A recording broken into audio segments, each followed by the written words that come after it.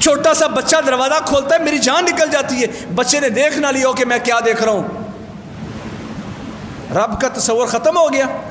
کا احسان یہ ہے کہ آپ کے ذہن میں تصور ہو کہ آپ اپنے رب کو دیکھ رہے ہیں۔ اگر یہ نہیں ہے تو کم از کم یہ تصور تو ہو کہ آپ کا رب تمہیں دیکھ رہا ہے، تمہاری ہر چیز کو دیکھ رہا ہے۔ جب یہ تصور پیدا ہوگا، اللہ کے نبی فرماتے ہیں کوئی بندہ اچھا وضو کرتا ہے ثم یصلی رکعتین لا یحدث فیہما نفسہ الا غفر له ما تقدم من ذنبہ، کہ بندہ اچھا وضو کر کے ایسی 2 رکعتیں پڑھے جس میں وہ اپنے دل سے نفس سے بات نہیں کرتا، یعنی پورے دھیان سے انہماک سے 2 رکعتیں پڑھتا ہے، اللہ کریم اس بندے کی زندگی کے سابقہ سارے گناہ معاف فرما دیتے۔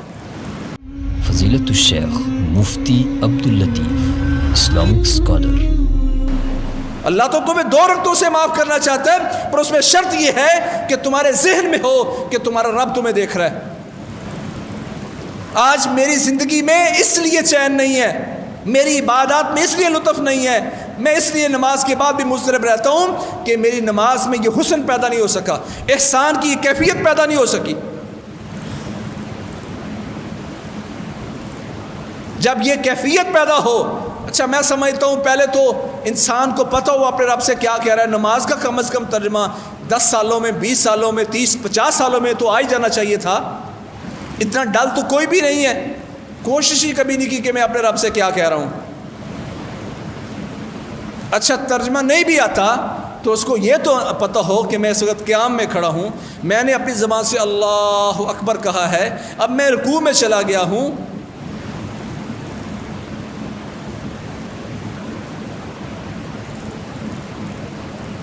اسی لیے اللہ تعالیٰ فرماتے ہیں میرے نبی جب تم اس بات کا انداز کرو گے، ہم کہتے ہیں یہ کیسے ممکن ہے؟ کیا یہ ممکن ہے کہ میرے دل میں یہ کیفیت پیدا ہو جائے کأنک تراہ، گویا کہ آپ اپنے رب کو دیکھ رہے ہیں؟ کیا یہ کیفیت پیدا ہو سکتی ہے؟ قرآن مجید میں اللہ جو فرماتے ہیں والذین جاہدوا فینا لنہدینہم سبلنا وان اللہ لمع المحسنین، جو لوگ ہمارے دین کے مسئلے میں، ہمارے مسئلے میں کوشش شروع کر دیتے ہیں، ہم ان کو راستے دکھاتے ہیں، ان کے لیے راہیں بناتے ہیں کہ وہ ایک لطف محسوس کرے گا، عبادت میں کھڑا ہے تو ایک لطف محسوس کرے گا، ہم اس کے لیے راہیں کھولیں گے، لنہدینہم سبلنا، ہم ان کے لیے راستے کھول دیں گے۔ اور اللہ تعالیٰ ایسے محسن لوگوں کے ساتھ ہے جو ہمارے لیے کوشش کرتے ہیں، کاوش کرتے ہیں، ہم ان کے لیے راستے آسان کرتے ہیں۔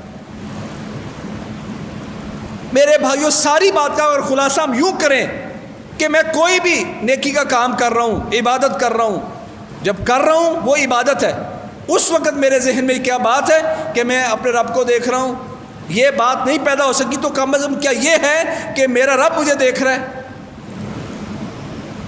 آج ہم میں سے کسی ایک بندے کو پتا ہو کہ اس کے اوپر کیمرہ لگا ہوا ہے اور اس کی ہر چیز نوٹ ہو رہی ہے، آفیسز میں لوگوں نے کیمرے لگا دیے، جہاں فیکٹریوں میں لوگوں نے کیمرے لگا دیے، کون کیا کر رہا ہے؟ یہی خوف ہوتا ہے کہ کیمرہ دیکھ رہا ہے، کچھ کام کروں گا تو پکڑا جاؤں گا۔ کیا آج ہم نے اپنے رب کے بارے میں اتنا بھی تصور پیدا کیا ہے؟ اسی لیے رسول اللہ صلی اللہ علیہ وسلم نے ارشاد فرمایا میں اپنی امت میں سے ایسے لوگوں کو جانتا ہوں جو قیامت کا دن ہوگا تہامہ پہاڑی جتنی بے شمار نیکیاں لے کے آئیں گے، فَيَجْعَلُهُ اللَّهُ هَبَاءً مَنْثُورًا، لیکن اللہ کریم ان کی ساری نیکیوں کو برباد کر دے گا، اڑتی راکھ بنا دے گا، ضائع کر دے گا۔ صحابہ کرام نے اپنے دور میں جو سب سے بڑا پہاڑیوں کا سلسلہ دیکھا تھا وہ تہامہ کی تھیں، صحابہ اس پہ پریشان ہو گئے، اتنی نیکیاں لے کے آنے والے لوگ اللہ ان کی نیکیاں برباد کر دیں گے، ان کا قصور کیا ہے؟ ان کی غلطی کیا ہے؟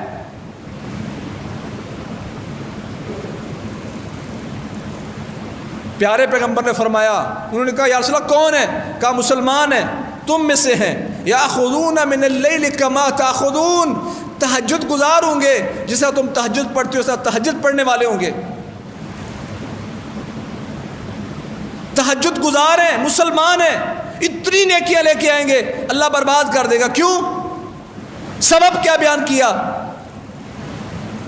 کہ ان کے ذہن میں یہ تصور ختم ہو گیا کہ ہمارا رب ہمیں دیکھ رہا ہے۔ ان اللہ لا یخفی علیہ شیء فی الارض ولا فی السماء، اللہ کا سن لو لوگو، اللہ کے سامنے زمین و آسمان میں کوئی چیز مخفی نہیں ہے، کہاں بھی جا کے جہاں بھی جا کے جو بھی تم کام کرتے ہو اللہ سے مخفی نہیں ہے۔ تم نے اپنے رب کا تصور بھلا دیا کہ تمہارا رب دیکھ رہا ہے، کیمرے کے سامنے بیٹھ کر تم غلطی کیوں نہیں کر رہے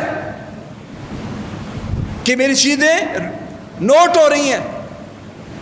اللہ کے نبی فرماتے ہیں یہ وہ لوگ ہیں بڑی نیکیاں کرنے والے ہیں، لیکن ان کے ذہن میں ایک تصور ختم ہو گیا، اذا خلوا الی محارم اللہ انتہکوہا، لوگوں کے سامنے تو بڑے نیک سالے تھے، لیکن جب خلوت میں چلے جاتے تھے، الگ چلے جاتے تھے، گھروں میں چلے جاتے تھے، مارکیٹوں سے نکل کر چھپ جاتے تھے کسی جگہ، وہاں جا کے ایسے ایسے کاموں کا، ایسے ایسے گناہوں کا ارتکاب کرتے تھے جس کو رب نے حرام قرار دیا ہے۔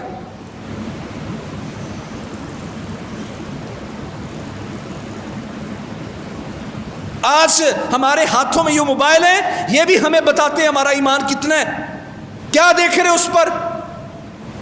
چھوٹا سا بچہ دروازہ کھولتا ہے میری جان نکل جاتی ہے، بچے نے دیکھ نہ لیا ہو کہ میں کیا دیکھ رہا ہوں،